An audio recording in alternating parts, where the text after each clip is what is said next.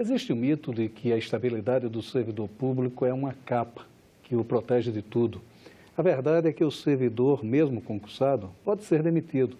Segundo dados da Controladoria Geral da União, em 2018, 643 agentes públicos foram punidos. 516 deles eram funcionários efetivos, que foram demitidos, muitos envolvidos em casos de corrupção. No entanto, tramita no Congresso um projeto que modifica as regras para a demissão de servidores públicos. Sobre o que estabelece a lei hoje e como ela pode ser modificada, vamos conversar com Fabian Gilbert Saraiva Silva Maia, diretor de responsabilização de agentes públicos da CGU. Bom, a gente poderia começar exatamente por aí. O que é que prevê a lei hoje? Como é que o servidor público pode ser demitido? Olá, Maurício. É mais do que a lei hoje, a Constituição Federal traz alguns balizamentos a respeito da demissão de servidor público. Basicamente, na sua redação original, a Constituição tinha duas hipóteses de demissão de servidor público estável. A primeira delas seria a condenação em processo criminal, por sentença transitada em julgado. A segunda, o processo administrativo disciplinar, por alguma falha de ordem disciplinar que o servidor praticasse. Você vê aí que são duas questões de ordem éticas, duas questões de ordem moral. É um processo para expulsar o servidor que, de alguma maneira, faz algo que não é eticamente aceitável pela administração. Com a reforma da Constituição, se juntou a esse rol outras duas situações. A primeira, a situação do excesso de gasto com o pessoal, que, no limite, pode vir a gerar a expulsão também de servidores públicos estáveis. Isso está regulamentado. A quarta situação é a situação que o projeto de lei que a gente debate aqui hoje trabalha, que é a insuficiência do servidor público. Isso passou a ser também uma possibilidade de demissão, de expulsão de servidores públicos, passa a ser também uma possibilidade de expulsão de servidores públicos efetivos. A questão, com essas quatro hipóteses, o que nós passamos a ter? Duas questões éticas, morais, a sentença criminal e o processo administrativo disciplinar, uma questão da sobrevivência do próprio Estado, que é a demissão quando o Estado não tem mais condição de pagar, e essa nova hipótese, que seria uma questão da utilidade do próprio Estado. Uma demissão, uma exoneração para situações em que o servidor não atende suficientemente às condições para que o Estado dele exige na sua função de servidor público. Agora, essa questão de o servidor não atende a essa perspectiva, isso não é uma coisa muito empírica? Talvez não carecesse de uma definição mais concreta, ou ela já tem essa definição mais concreta? Então, na legislação anterior à reforma, na Lei 8.112, que é a lei vigente hoje, tem previstos vários tipos que, de algum modo, trabalham em cima da insuficiência do desempenho do servidor. Por exemplo, o servidor que atua de forma desidiosa, que é descuidado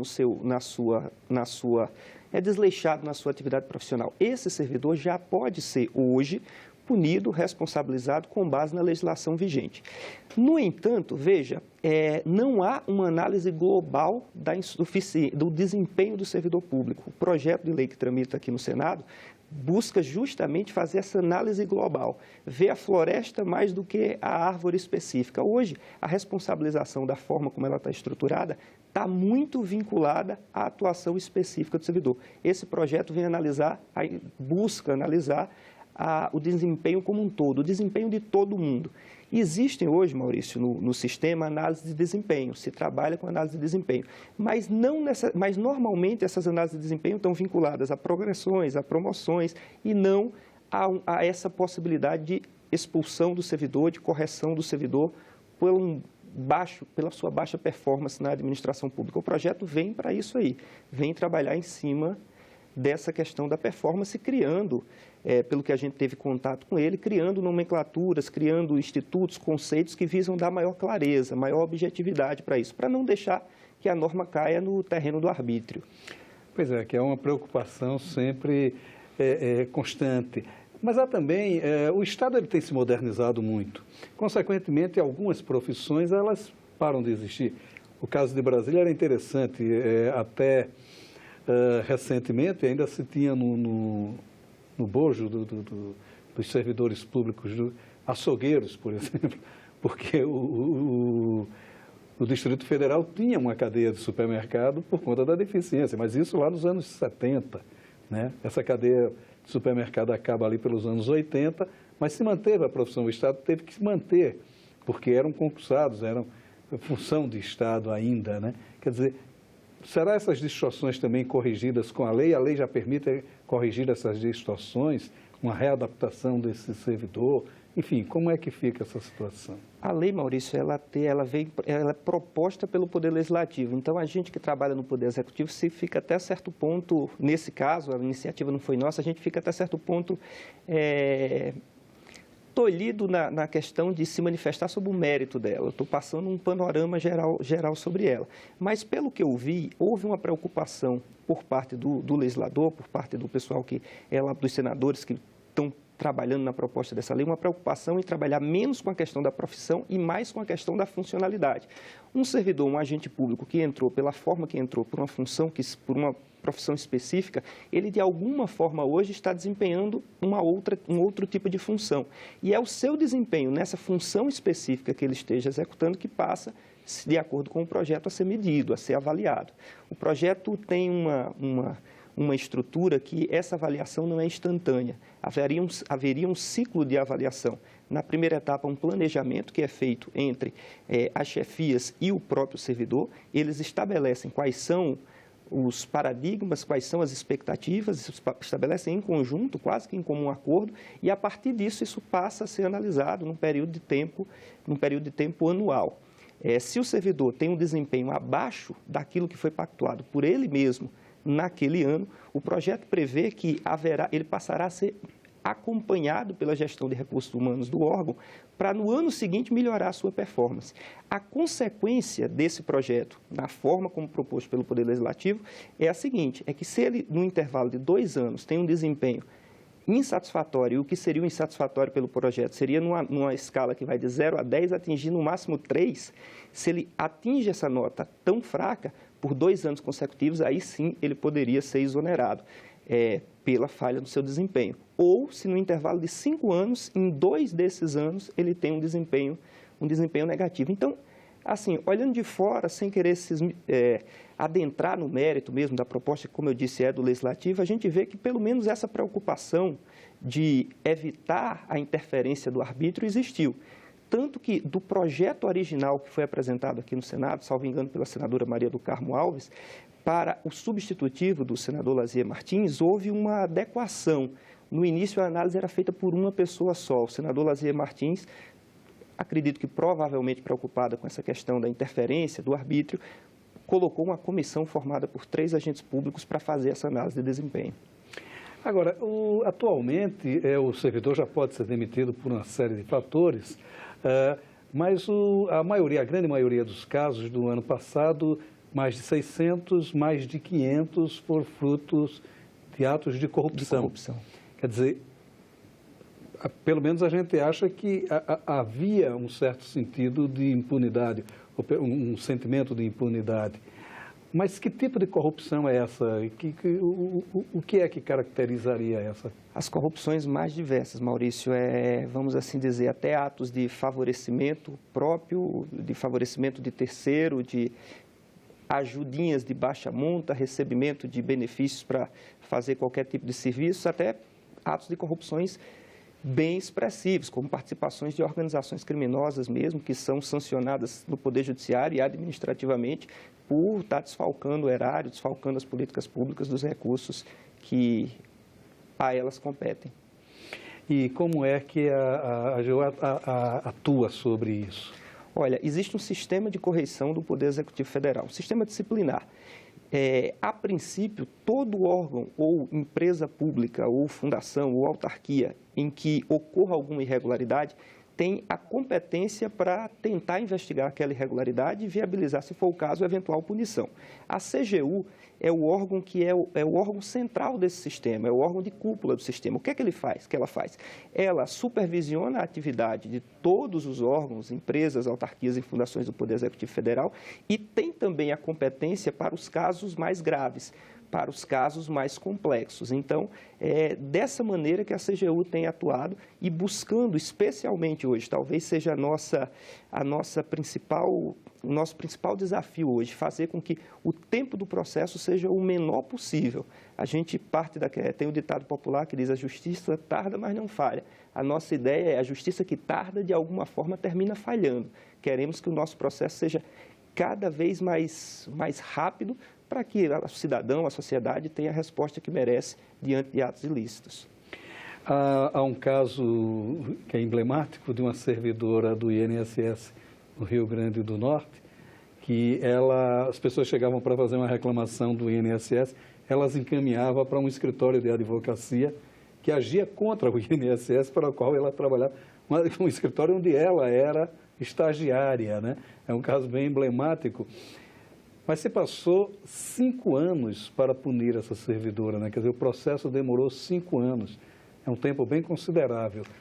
Que medidas estão tomando para agilizar esse tipo de projeto? É um tempo bem considerável. 5 anos é o nosso limite máximo para a responsabilização. Eu não posso dizer a você quem foi que conduziu esse processo, se foi o INSS ou foi a CGU.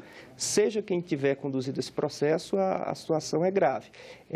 O tempo médio nosso é inferior, o tempo médio do sistema é inferior a esses 5 anos.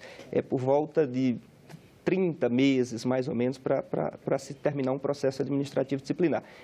É um tempo longo, é um tempo considerável. A gente está trabalhando agora numa perspectiva de reduzir isso para por volta de 140 a 180 dias.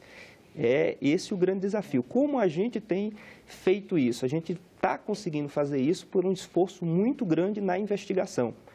Normalmente, o processo demora por 2 motivos. Ou porque a investigação é ruim, e a investigação preliminar é ruim, é no curso do processo que essa investigação vai ser feita, ou por causa da própria Lei 8.112, que é uma lei antiga.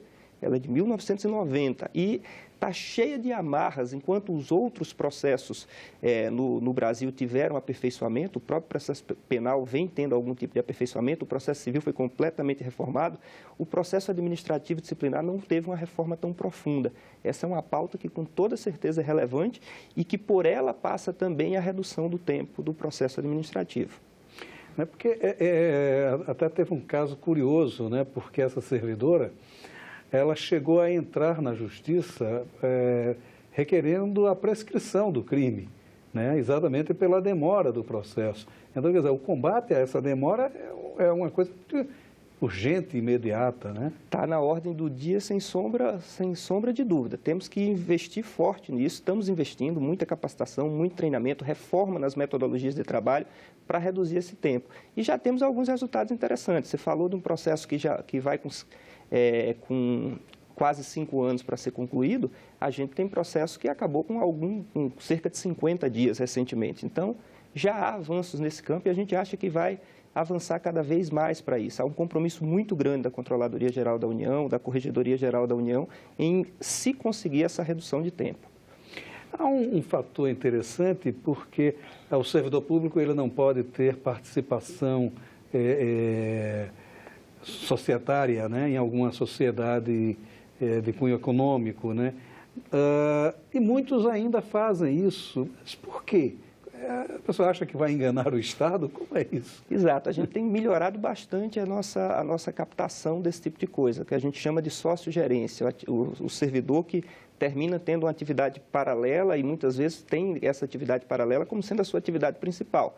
A administração pública termina sendo para ele o biscate da coisa, tá equivocado. A gente tem avançado muito na responsabilização, na punição dos servidores que atuam em sócio-gerência. E hoje, com as ferramentas tecnológicas criadas, está muito mais fácil da gente identificar os servidores que estão nessa situação de sócio-gerência.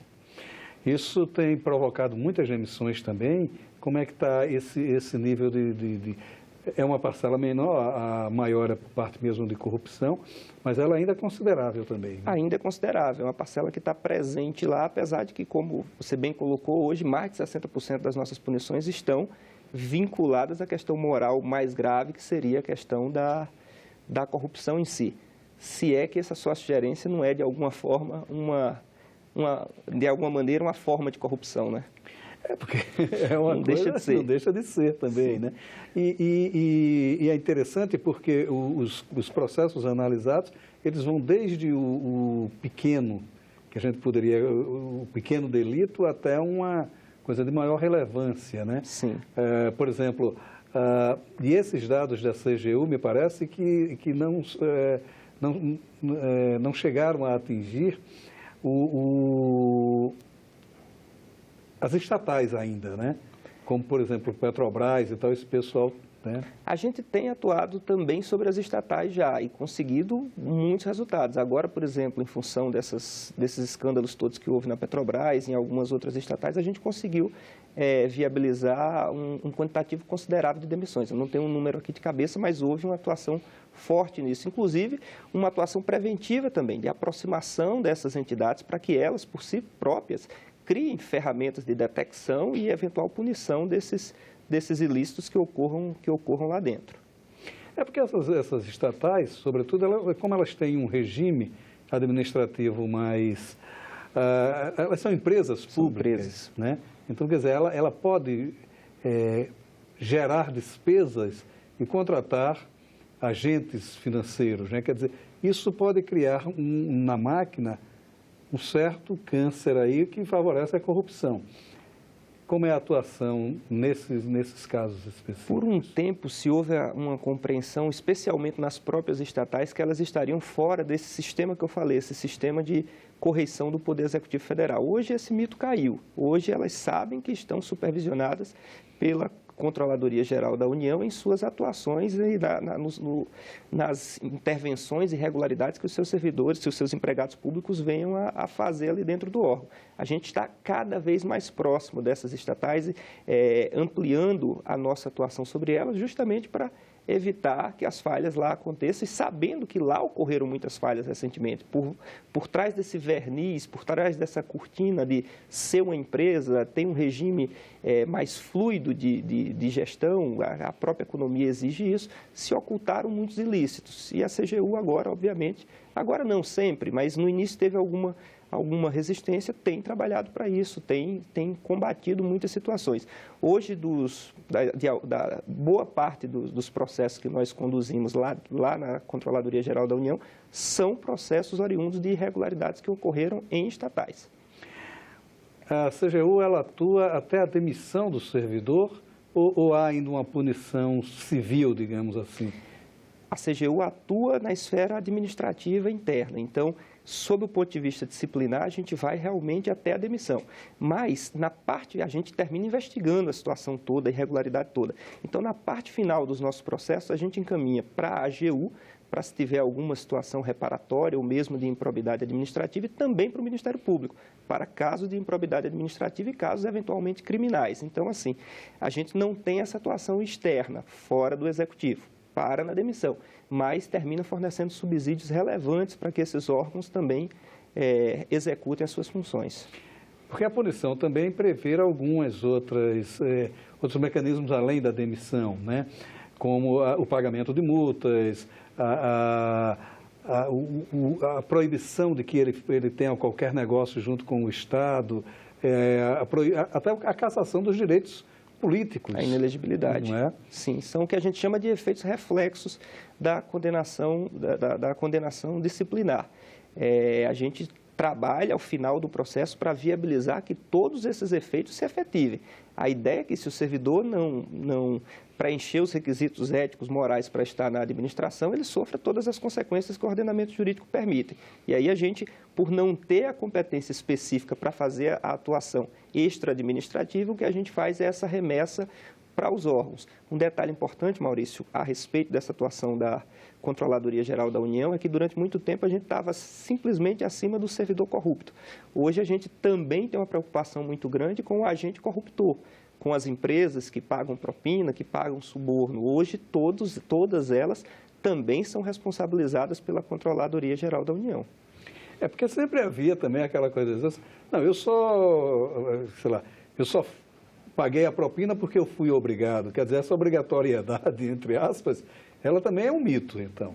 Caiu. Isso o pessoal usa muito isso. Nós fomos obrigados a pagar a propina. Não, a empresa, a depender do porte dela, quer dizer, eu acho que qualquer empresa, ela tem condição sim de resistir a uma eventual tentativa de aproveitamento por parte de um servidor público. Existem para elas várias ferramentas de denúncia, a própria CGU recebe essas denúncias e muitas empresas, inclusive, têm feito isso. Em algumas situações que se sentem coagidas a pagar algum tipo de vantagem devida para o servidor público, elas têm procurado fazer a denúncia daquele fato. E o sistema exige isso. O sistema tem uma preocupação. O sistema hoje já tem claro que essa é uma desculpa que não funciona. Foi o servidor que me obrigou a pagar. Se eu não pagasse, eu não tinha condições de competir. Não cola mais.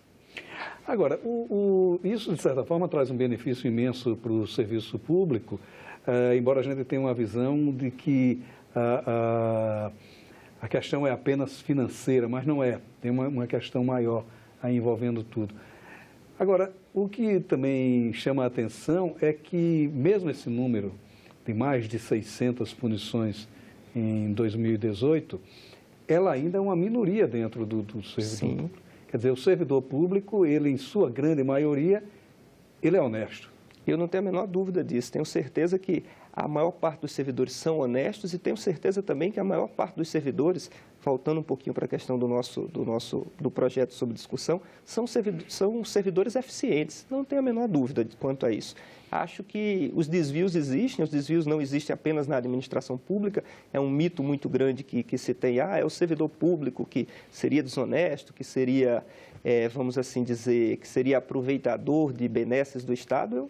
Eu não consigo enxergar isso. Eu acho que, de alguma forma, tudo é o reino da Dinamarca. Nas empresas também, nas empresas privadas, absolutamente privadas, sem participação estatal, também existem malfeitos, também existem atos de corrupção.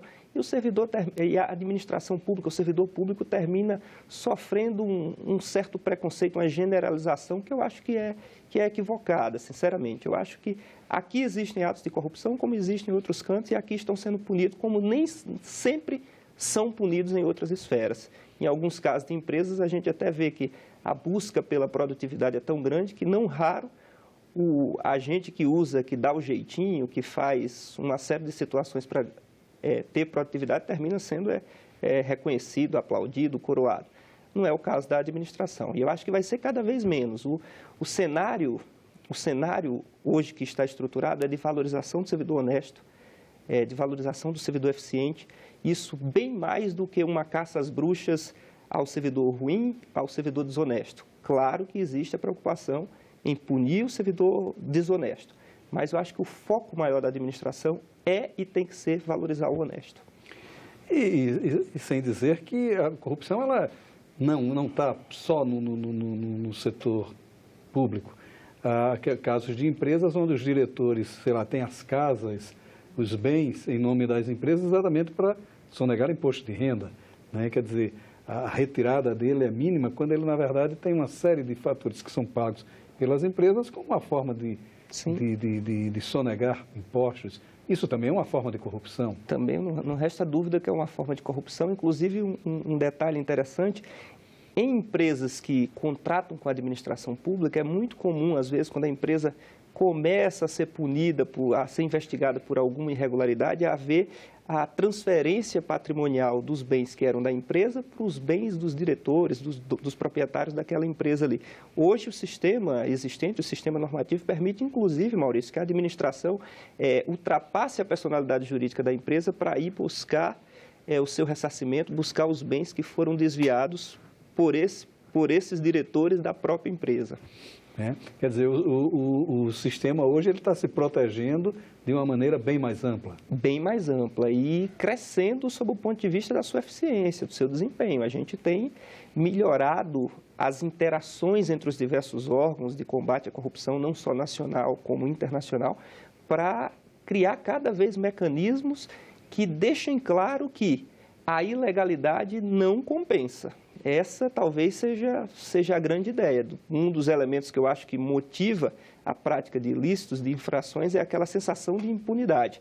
Então, ele termina sempre achando, olha, o crime compensa, a ilegalidade compensa. O nosso esforço hoje, seja na parte de responsabilização de servidor, seja na parte de responsabilização de empresas, é mostrar que a ilegalidade não compensa, que a ilegalidade é um risco significativo. E isso é muito bom para o país. Não tenho dúvida. Acho que é muito relevante. Fabiano, muito obrigado pela sua participação aqui no Cidadania. Foi uma conversa muito boa, muito esclarecida. Muito obrigado, Maurício. Eu que agradeço o convite.